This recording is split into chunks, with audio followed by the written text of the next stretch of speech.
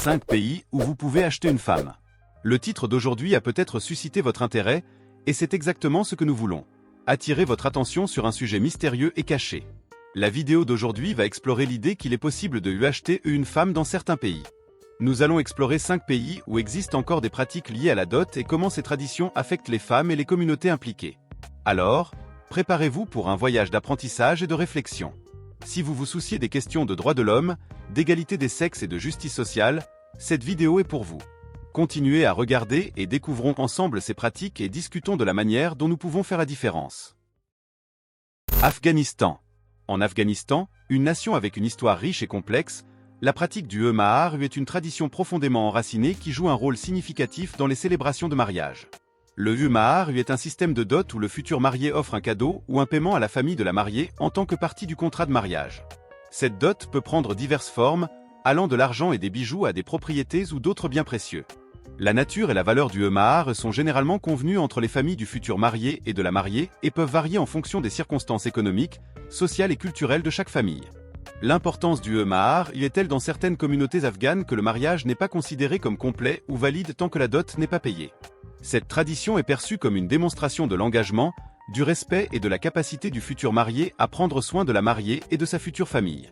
Cependant, le système de mahar peut également entraîner de fortes pressions financières pour les familles impliquées.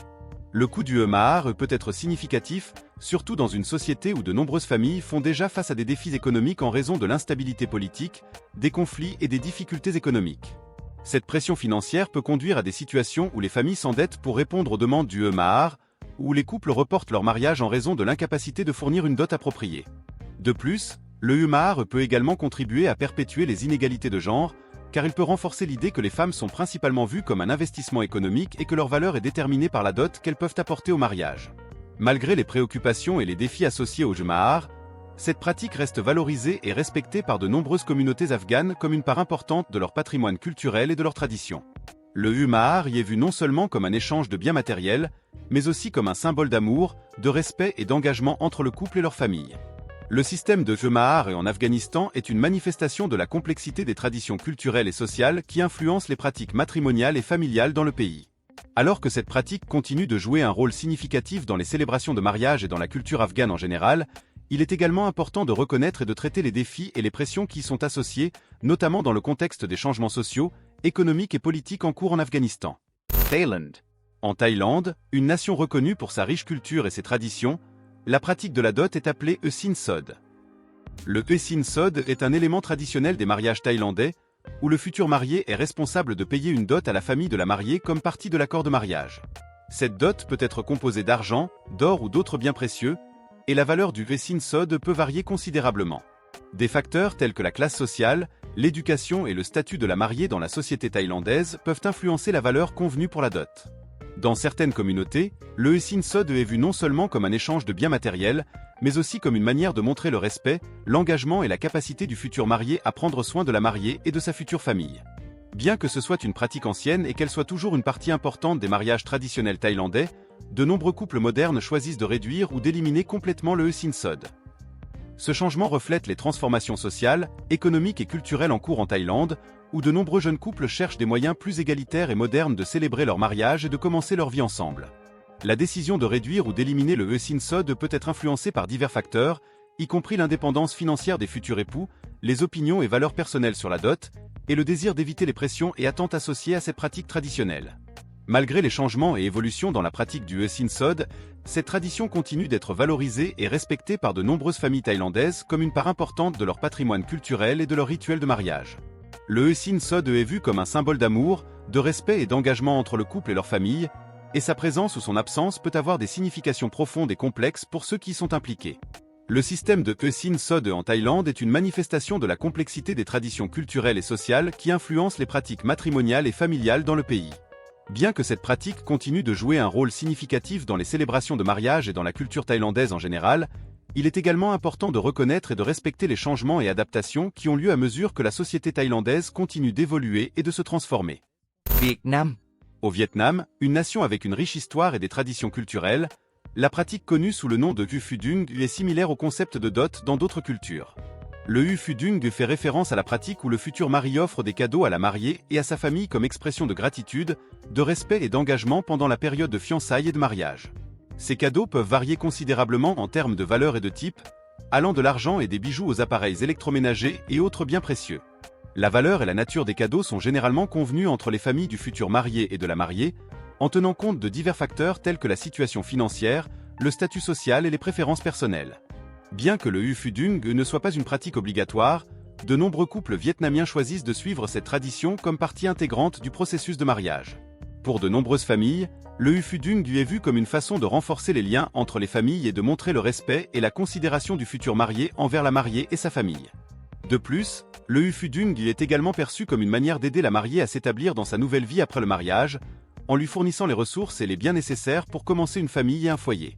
Dans de nombreux cas, les cadeaux reçus lors du Ufudung sont utilisés pour acheter des meubles, des appareils électroménagers ou pour aider à financer la cérémonie de mariage et d'autres frais associés au mariage. Malgré l'importance et la prévalence du Ufudung dans de nombreux mariages vietnamiens, il est important de noter que la pratique évolue et change avec le temps. Avec la modernisation et l'influence des valeurs et des coutumes occidentales, de nombreux jeunes couples adaptent et réinterprètent le Ufudung de manière à refléter leurs propres croyances, valeurs et circonstances individuelles. Le système de Ufudung au Vietnam est une expression de la complexité des traditions culturelles et sociales qui influencent les pratiques matrimoniales et familiales dans le pays.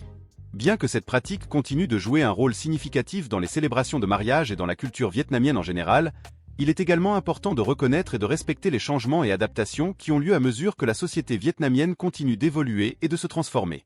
Pakistan. Au Pakistan, une nation avec une riche diversité de traditions culturelles, la pratique de la dot est connue sous le nom de Ejae ou Idori. Cette pratique implique l'attente que la famille de la mariée fournisse une somme importante d'argent, de bijoux et de biens domestiques au marié et à sa famille en tant que partie du contrat de mariage. Le Ejae ou Idori est considéré comme une partie intégrante du mariage et est vu par certaines familles comme une manière de garantir la sécurité financière de la mariée après le mariage. De plus, la dot est également perçue comme un symbole du statut et du prestige des familles impliquées, pouvant influencer la perception de la valeur et du statut de la mariée dans la société. Cependant, la pratique de la dot peut aussi être une source de pression et de tension pour les familles impliquées, surtout pour celles qui font face à des difficultés financières ou qui ne peuvent pas répondre aux fortes attentes concernant la dot. Dans de nombreux cas, les familles de la mariée font face à des pressions importantes pour répondre aux demandes de dot, ce qui peut entraîner des endettements, un appauvrissement et d'autres défis financiers. De plus, le système de dot au Pakistan peut également contribuer à la perpétuation des inégalités de genre et à la subordination des femmes dans la société. Dans certaines situations, les femmes qui ne fournissent pas une dot suffisamment généreuse sont sujettes à l'humiliation, aux abus verbaux et même à la violence physique et psychologique de la part du mari et de sa famille. Pour aborder ces questions et protéger les droits des femmes, le gouvernement pakistanais a promulgué des lois qui interdisent explicitement la dot et imposent des sanctions sévères à ceux qui la demandent ou la pratiquent. Cependant, la mise en œuvre de ces lois reste un défi en raison des attitudes culturelles profondément ancrées et de la réticence à dénoncer les cas de dot en raison du stigmate social qui est associé.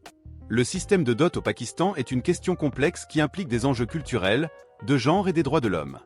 Bien qu'il y ait eu des efforts significatifs pour éradiquer cette pratique nuisible, il reste encore beaucoup à faire pour garantir l'égalité des genres, protéger les droits des femmes et éliminer la violence liée à la dot dans la société pakistanaise.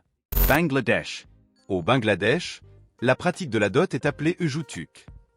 Dans ce système, c'est le marié et sa famille qui offrent une dot à la famille de la mariée en tant que partie de l'accord de mariage. Cette dot peut être composée d'une variété d'articles, y compris de l'argent, des bijoux, des biens domestiques et même des propriétés. Bien que le Ujutuk soit une tradition profondément enracinée dans certaines communautés au Bangladesh, il est également source de controverses et de critiques. Une des principales préoccupations associées au Ujutuk est l'exploitation financière et la pression qu'il peut exercer sur les familles de la mariée. Les familles de la mariée font souvent face à des attentes élevées concernant la dot, ce qui peut entraîner d'importantes pressions financières. Dans certains cas, les familles peuvent s'endetter ou dépenser des économies importantes pour répondre aux exigences de la dot, ce qui peut avoir des conséquences durables sur leur bien-être financier et leur sécurité économique. De plus, la pratique du Ujutuk peut également contribuer à l'inégalité de genre et à la subordination des femmes dans la société bangladaise. Dans certaines situations, la valeur et la qualité de la dot peuvent influencer la perception de la valeur et du statut de la mariée, ce qui peut affecter sa position au sein de la famille et de la communauté. Pour aborder ces questions et protéger les droits des femmes, le gouvernement du Bangladesh a mis en place des lois pour réglementer la dot et lutter contre l'exploitation financière associée à cette pratique. Cependant, l'efficacité de ces lois peut être limitée en raison des attitudes culturelles profondément enracinées et du manque de sensibilisation aux droits des femmes. Le système de dot Jutuke au Bangladesh est une question complexe qui implique des enjeux culturels, de genre, des droits de l'homme et du bien-être économique. Bien qu'il y ait une prise de conscience croissante des problèmes associés à la dot et des efforts pour y remédier, il reste encore beaucoup à faire pour éradiquer complètement cette pratique nuisible et garantir l'égalité de genre et les droits des femmes au Bangladesh. Merci beaucoup d'avoir regardé notre vidéo sur les traditions de dot à travers le monde. Si vous avez trouvé ce contenu intéressant, n'hésitez pas à le partager avec vos amis et votre famille afin que davantage de personnes puissent apprendre et comprendre ces pratiques culturelles. N'oubliez pas de regarder la prochaine vidéo qui apparaîtra à l'écran. À bientôt!